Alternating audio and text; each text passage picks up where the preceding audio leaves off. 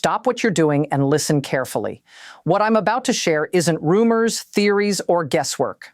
Early this morning at exactly 7:43, 3 top Republican senators entered a meeting with Mitch McConnell. Less than an hour later, they came out, and Washington hasn't been the same since. Within just 2 hours, the entire Capitol was talking about the biggest internal Republican crisis since Watergate. This isn't about normal political disagreements. This is about high-ranking Republicans deciding that Donald Trump has gone too far, and what caused it is shocking. If you want to know what happens next, hit subscribe and turn on notifications right now. The next 3 days will decide if the Republican Party stays together or falls apart completely. Let's dive in. Here's what the mainstream media isn't telling you yet. I've personally confirmed this through 3 independent sources inside the Senate Republican leadership. Listen carefully. Early Wednesday morning, 2:17 a.m. to be exact, Donald Trump called the Senate Majority Leader. He demanded an urgent vote on something he's calling the Emergency Powers Expansion Act. And he didn't just ask. He gave them an ultimatum. Pass this by Friday or I'll support primary challengers against every single one of you. He threatened to personally campaign in their home states against them. Then at 6:30 a.m., leaked audio started spreading. A recording of Trump speaking privately, saying, and these are his exact words, "I don't need the Senate. They work for me." This recording quickly made its way to senior Republican leaders, and their reaction wasn't fear this time. It was anger. By 7:43 a.m., an emergency meeting was called. McConnell, Thune, Barrasso, and Cornyn, 4 powerful men meeting behind closed doors for 47 minutes. What they decided in that room represents the strongest challenge to Trump's control from inside his own party that we've ever seen. To really understand why this morning matters so much, you need to know how Donald Trump has kept Senate Republicans under control for the last 8 years. It's not about shared beliefs or policies. It's about fear. And when fear is used correctly, it can control an entire political party. Let me give you 3 clear examples that every Republican senator knows by heart. Back in 2020, Mitt Romney voted to convict Trump during the first impeachment. Trump's response was fast and brutal. He called Romney a complete disgrace. Romney's own state party condemned him. He became isolated and politically damaged. The message to every other Republican senator was crystal clear: oppose me and you'll pay. And in 2021, Bill Cassidy voted to convict during the second impeachment trial. He tried everything to fix the relationship. He publicly humbled himself. He voted with Trump on every major bill. He desperately sought Trump's approval, but never got it. And the second he wasn't useful anymore, Trump endorsed someone to run against him anyway. The lesson? Loyalty to Trump doesn't protect you. It just delays the attack. Then in 2023, Kevin McCarthy negotiated a debt ceiling deal. Trump didn't like it. Within weeks, McCarthy was removed as Speaker of the House. The message became even clearer. Trump can destroy anyone, anytime, for any reason. This is how authoritarian control actually works. You don't have to punish everyone. You just make a few examples. And once people see what happens, fear does the rest of the work. For 8 years, that fear has been total. Republican senators have watched careers destroyed, colleagues ruined, and they've calculated every time that obeying Trump is safer than resisting him. But here's what Trump didn't expect. Fear only works until people realize the threat isn't going away no matter what they do. And that realization just happened because 3 major factors came together this week that completely changed the equation. Factor 1, the election math has shifted. The 2024 Senate map is terrible for Republicans. 23 Republican seats are up for election, only 11 Democratic seats. And recent polling shows that being associated with Trump is now hurting them, not helping. Specific data from Montana, Ohio, and Pennsylvania shows Republicans losing by 6 to 8 points when they're directly connected to Trump. One senator told a colleague, and I'm quoting, "I can defend conservative values. I can't defend chaos." Factor 2, the Greenland situation isn't just embarrassing, it's dangerous. NATO allies are seriously concerned. The military establishment is pushing back. A retired 4-star admiral told reporters, "This isn't strategy, this is instability." Senators on the Armed Services Committee are furious because they understand something most Americans don't. When you threaten military action against allied territory, you're not negotiating. You're destabilizing the entire global order. Factor 3, the legal problems are getting worse. Multiple criminal cases are moving forward. The Supreme Court is refusing to delay them. Trial dates are being set. A senior Republican lawyer said privately, "We might nominate someone who could be in federal custody by November." When you combine election problems, foreign policy disasters, and criminal cases all at once, the calculation changes completely. Suddenly, defending Trump isn't just uncomfortable, it's political suicide. According to two sources who were briefed on what happened, here's what went down inside Mitch McConnell's office Wednesday morning.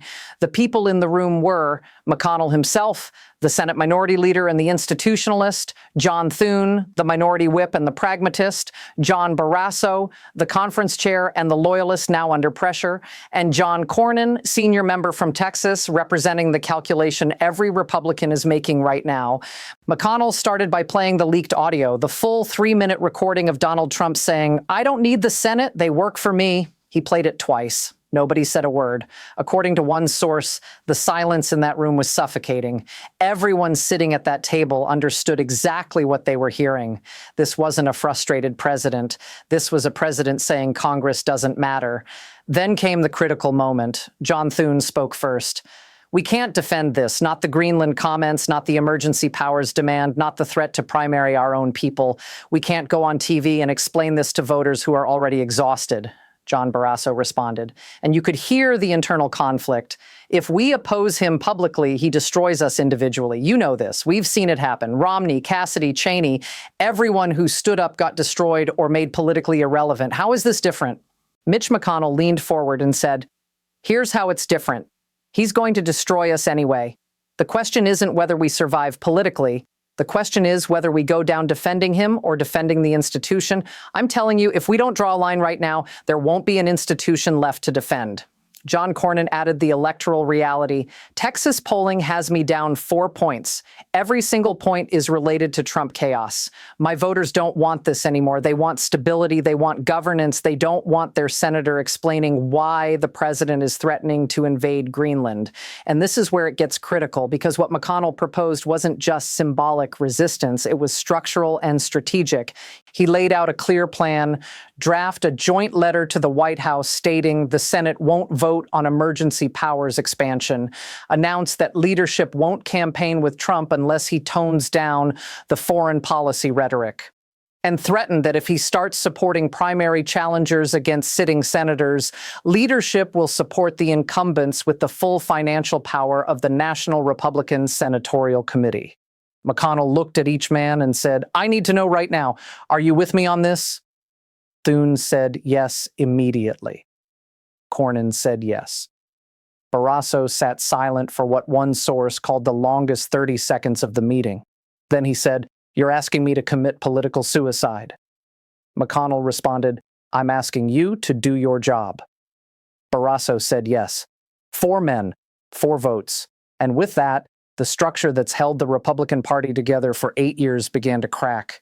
What happened next moved incredibly fast. At 9:15 a.m., McConnell personally called 15 senior Republican senators. The message was simple. "We're doing this. Are you with us?" 3 immediately committed. Mitt Romney, Susan Collins, Lisa Murkowski. These were expected. But 2 commitments shocked everyone, Lindsey Graham and Marco Rubio.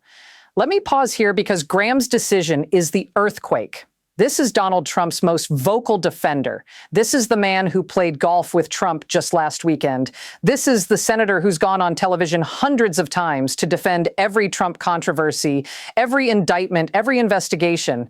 And he just broke. According to a source close to Graham, he told colleagues in a private call, "I've defended everything, the indictments, the investigations, the rhetoric. I've stood by this man through things that would have ended any other political career. But I won't defend threatening to invade allied territory. I won't defend dismantling Senate authority. I won't defend calling senators who disagree traitors. There's a line, and he just crossed it." By 10:47 a.m., the letter was drafted. 5 pages, legal language, constitutional framing. The key phrase, and I'm reading directly from a copy I've seen, says, "We can no longer in good conscience enable conduct that threatens constitutional order and undermines the institutional powers granted to the United States Senate." 12 signatures were committed before noon. At 11:30 a.m., Donald Trump found out. According to sources, an aide alerted him through an encrypted message, McConnell and 11 others signing letter opposing emergency powers, going public today. Trump's response, according to leaked texts among White House staff, was all capital letters. Traitors, all of them. Watch what happens. He immediately started calling loyalists. At 12:15 p.m., he personally called Lindsey Graham. The call lasted less than 2 minutes. According to someone briefed on the conversation, Trump said, "You're dead to me." Graham responded, "Then I'm dead." The call ended. Trump called Marco Rubio next. "I made you. I'll destroy you." Rubio reportedly said, "You're destroying yourself. Do what you need to do." Trump tried calling Mitch McConnell 3 times. McConnell didn't answer. By 1:40 p.m., the split became visible to everyone. House Republicans issued a statement of full support for the president. Senate Republicans stayed completely silent. Political reporters noticed immediately. By 2 p.m., every major news outlet was running stories about Senate Republican leadership refusing to back Trump's emergency powers demand. At 3 p.m., the letter leaked, and this leak was intentional. The Washington Post got a copy. Politico confirmed the signatures within minutes. By 3:15, the full text was published everywhere, and the political world immediately understood what was happening. This wasn't a private disagreement, this was open revolt. But here's the detail that leaked 20 minutes after the letter went public, the part that shows you how serious this really is. According to a senior Republican strategist who's seen internal documents, Senate leadership has prepared a 3-stage backup plan for what happens if Trump fights back. Stage 1, if Trump attacks publicly, 5 additional senators issue supporting statements. Leadership holds a press conference. The message is clear: we respect the presidency, but we serve the Constitution first. Internal assessment says there's an 80% chance this happens. Stage 2, if Trump starts supporting primary challengers, the Leadership Political Action Committee commits $50 million to defend sitting senators. The National Republican Senatorial Committee refuses all funding to challengers. Corporate donors are activated. The message becomes the Senate stands together. Probability 60%, stage 3. And this is the one that should terrify everyone. The plan they hope never to use. If Trump keeps escalating, the Senate moves forward with a formal resolution limiting executive emergency powers. This would require working with Democrats. It could include a potential censure vote. The message would be constitutional limits are non-negotiable, probability 30%. One senator involved in creating this plan told a colleague, I'm quoting directly, "We've planned for every scenario. If he wants a fight, we're ready, but he needs to understand something fundamental. This time, we're not backing down." Hit that like button right now if you're starting to see how big this really is. Because what I'm about to tell you about how Democrats responded is going to completely change your understanding of what's happening here. While Republicans were tearing themselves apart Wednesday afternoon, Senate Democrats held their own closed-door meeting. According to sources in the room, Chuck Schumer made a strategic choice that will define the next phase of this crisis. Democrats face 2 options. Option 1, exploit the chaos, attack Trump and Republicans together. Frame it as GOP civil war proves they're unfit to govern. Campaign on the dysfunction. The political benefit would be huge, but the risk is Republicans reunify against a common enemy. Democrats become the outside threat that pulls the broken party back together. Option 2, enable the revolt. Stay silent publicly. Offer quiet support for constitutional measures. Let Republicans own the split completely. The political benefit is smaller, but the strategic advantage is you remove Trump's ability to make this about partisan warfare. According to 3 sources familiar with Schumer's thinking, he chose option 2. And here's why that matters so much. This is political strategy at its finest. By not attacking, Democrats remove Trump's most powerful weapon. When Republicans revolt and Democrats stay quiet, the story becomes only about Trump versus his own party, and that's a story Trump can't win. Behind the scenes, Democratic leadership sent guidance to allies. No statements criticizing the Republican letter, no celebrations on cable news, no victory laps. Instead, quiet offers to co-sponsor emergency powers limitation legislation if Republicans move forward. The message to Senate Republicans is simple. We'll help you do the right thing without making you pay a political price for it. And the Republican response to this strategic silence has been remarkable, because when Democrats don't provide an enemy to rally against, the internal divisions get worse instead of healing. Wednesday evening at 4:30 p.m., Donald Trump's Truth Social account exploded. 27 posts in 90 minutes, all capital letters. Rhinos destroyed the party. Primary them all. Senate leadership hiding deep state. The fury was visible and uncontrolled. At 5:15 p.m., the first primary challenge was announced. A MAGA-aligned challenger filed paperwork in South Carolina. The target, Lindsey Graham. Graham's response, delivered to reporters outside the Senate chamber, was 4 words: bring it on. At 6:40 p.m., Fox News primetime coverage split in real time. Sean Hannity defended Trump without reservation. Laura Ingraham expressed serious concerns about the Greenland rhetoric.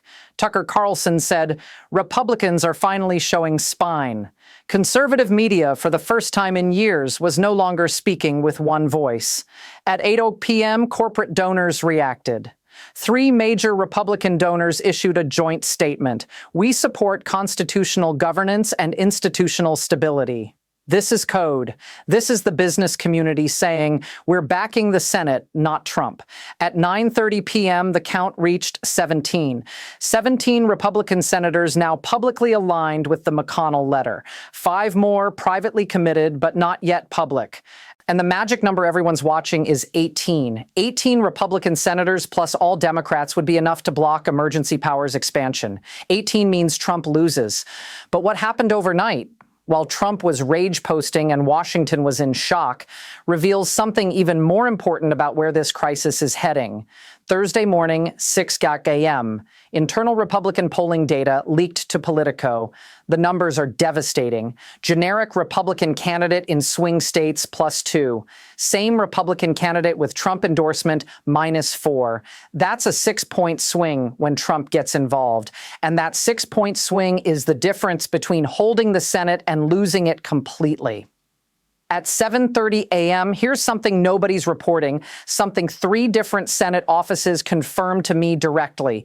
42 Republican Senate staffers signed an internal letter saying, we can't in good conscience continue defending the indefensible. The letter threatened mass resignations if their senators back down from the McConnell letter. This is unprecedented. Junior staffers are forcing their bosses' hands. When the people who answer phones and write statements refuse to do the work, the entire operation collapses. At 8:15 a.m., the business community weighed in. The U.S. Chamber of Commerce issued a statement. Constitutional stability is essential for economic growth and investor confidence. Translation, stop the chaos or we stop the funding. The National Association of Manufacturers echoed the message within the hour. Corporate America just told Senate Republicans which side of this fight to be on. At 9 a.m., international pressure arrived. The United Kingdom Prime Minister's office issued a diplomatic statement. We are alarmed by rhetoric regarding the territorial integrity of allied nations. Germany followed. France followed. The NATO Secretary General released his own statement. Article 5 commitments are sacred and non-negotiable. Our closest allies just publicly criticized an American president, and Senate Republicans are reading these statements understanding that Trump has created a genuine international crisis. Do you see what's happening here? Trump is facing pressure from his own senators, from staff, from donors, from media, from international allies. This isn't a single battle. This is complete encirclement. And when you're surrounded, you have 2 choices: retreat or escalate. At 10 a.m. Thursday, Trump chose escalation. He announced an emergency rally. Location, South Carolina, Lindsey Graham's home state. Date, this Saturday. The message is crystal clear: real Republicans versus rhinos. This is Trump declaring war on his own party in the most public way possible. At 11:30 a.m., White House meeting. Trump assembled his most loyal House allies: Marjorie Taylor Greene, Matt Gaetz, Lauren Boebert, the House Freedom Caucus chair. They're planning what one source called a maximum pressure campaign against Senate Republicans. At 12:45 p.m., the threat level rose. Trump posted on Truth Social, "The 17 traitors will will pay. He called for protests at Senate offices. Federal law enforcement immediately elevated security concerns. U.S. Capitol Police went on heightened alert. At 1 p.m., Mitch McConnell responded. His spokesperson issued a statement. Threats and intimidation will not deter us from our constitutional responsibilities. The Senate doesn't work for any individual. We serve the American people and the Constitution.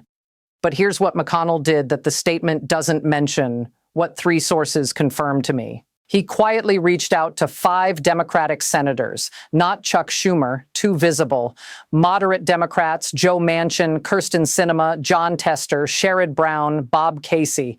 The message was direct.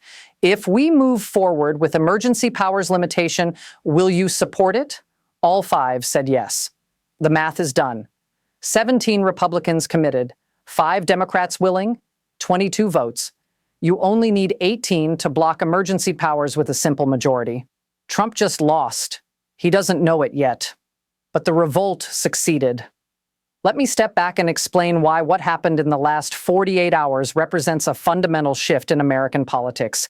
This isn't just about one crisis. This is about the system of authoritarian control breaking down in real time. First, fear no longer works as a control mechanism. Trump's entire power structure has relied on one simple equation. Republicans are more afraid of him than they are of losing elections. That equation just reversed. When your political survival requires distance from Trump rather than loyalty to Trump, fear flips. You can't primary 17 senators. The Republican Party can't survive that civil war. And every senator doing this calculation right now understands it. Second, collective action breaks authoritarian control. Authoritarians exploit isolation. They pick off targets one by one. Romney alone destroyed. Cassidy alone humiliated. But when targets act together, when they commit to each other publicly and in writing, the dynamic changes completely. McConnell's genius was making this structural, not individual. Nobody can be singled out when everybody signs the letter. The risk is shared. The protection is mutual. Third, institutions can resist when they choose to. The Senate has constitutional authority that Trump needs.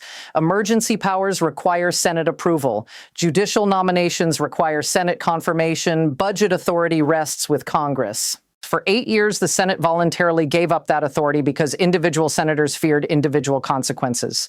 Now they're taking it back. And this shows something critical. The weakness was always a choice, not inevitable. So what happens in the next 48 hours? I'm going to give you 3 scenarios with honest probability assessments. Scenario 1, Trump backs down. He moderates the rhetoric. He drops the emergency powers demand. He claims victory. We move on. Everybody declares success. Probability 25%. Scenario 2, stalemate. Trump continues attacks but doesn't escalate to full primary war. Senate holds firm but doesn't advance emergency powers limitation. Uneasy standoff through the election. The division continues in slow motion. Probability 50%.